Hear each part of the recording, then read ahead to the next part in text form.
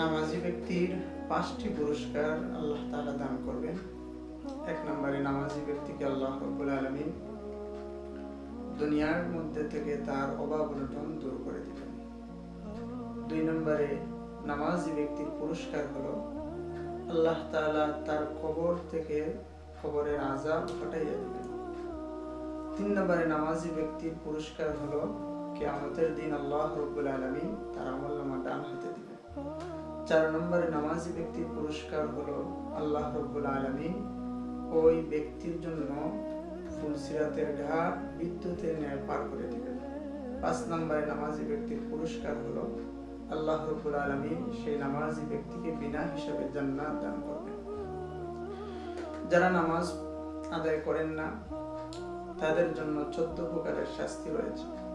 দুনিয়াতে 5 প্রকার, মৃত্যুর আগে 3 প্রকার, কবরের মধ্যে 3 প্রকার, কবর থেকে বাহির হওয়ার পরে 3 প্রকার শাস্তি রয়েছে। দুনিয়ার মধ্যে বেনামাজির 5 প্রকার যে শাস্তি রয়েছে সেটা হলো তার জীবনের মধ্যে 1 নম্বরে তার জীবনের মধ্যে কোনো বরকত থাকে না। 2 নম্বরে বেনামাজি ব্যক্তির দুনিয়ার মধ্যে শাস্তি হলো তার নেক কাজসমূহের কোনো বদলা দেওয়া হয় না। 3 নম্বরে তার কোনো দোয়া কবুল হয় না। 4 নম্বরে নেককারদের চেহারার মধ্যে যে নূর থাকে সেই নূর বেনামাজির চেহারায় থাকে না। 5 নম্বরে নেক বান্দাদের দোয়ার মধ্যেও বেনামাজির কোনো হক থাকে না। বেনামাজির মৃত্যুর আগে যে 3 প্রকার শাস্তি সেটা হলো সে জিল্লতির সহিত মৃত্যুবরণ করবে। 2 নম্বরে ক্ষুধার্ত অবস্থায় মারা যাবে। 3 নম্বরে সে অনেক পিপাসার্ত থাকবে, পিপাসিত অবস্থায় মারা যাবে।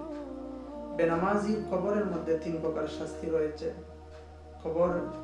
এক নম্বরে কবরকে এত সংকীর্ণ করে রাখা হবে এবং কবর এত জোরে তাকে চাপ দিবে যে এক পাঁজরের হাড্ডি অপর পাঁজরের দিকে ঢুকে যাবে। 2 নম্বরে কবরের মধ্যে বেনামাজির শাস্তি হলো তার কবরকে আল্লাহ তাআলা আগুন দিয়ে ভরপুর করে দিবে।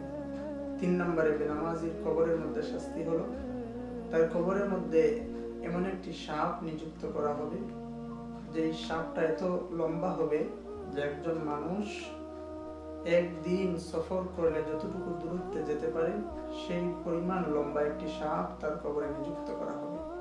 সেই সাপের চক্ষুগুলি থাকবে আগুনের, আঙ্গুলগুলো থাকবে লোহার। সেই সাপটি বেনামাজিকে সকাল থেকে শুরু করবে দংশন করা। সে বলবে এটি আল্লাহর বিধান, ফজরের নামাজ নষ্ট করার কারণে আল্লাহ তাআলা আমাকে নিযুক্ত করেছেন। সে ফজর থেকে জোহর পর্যন্ত তাকে দংশন করতে থাকবে। জোহর থেকে আসর পর্যন্ত বলবে জোহরের নামাজ নষ্ট করার কারণে আল্লাহ আমাকে নির্দেশ দিয়েছেন তোকে দংশন করার জন্য। এভাবে আসরের নামাজ নষ্ট করার কারণে আসর থেকে মাগরিব, মাগরিবের নামাজ নষ্ট করার কারণে মাগরিব থেকে ঈশা, ঈশার নামাজ নষ্ট করার কারণে ঈশা থেকে ফজর পর্যন্ত তাকে সেই সাপ দংশন করতে থাকবে। হাদিসের মধ্যে পাওয়া যায় এভাবে সাপ একবার দংশন করার দ্বারা সে 70 গজ মাটির নিচে চলে যাবে। এভাবে কিয়ামত পর্যন্ত বেনামাজিকে কবরের মধ্যে সাপ দংশন করতে থাকবে। কবর থেকে বাহির হওয়ার পর বেনামাজির আরো 3 প্রকার শাস্তি। 1 নম্বর হলো তার হিসাব অনেক কঠিন ভাবে নেওয়া হবে।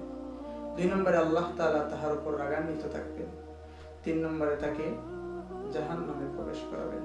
আমার প্রিয় ভাই এবং বোনেরা, আমরা প্রত্যেকেই নামাজের প্রতি যত্নশীল হই, দায়িত্ববান হই।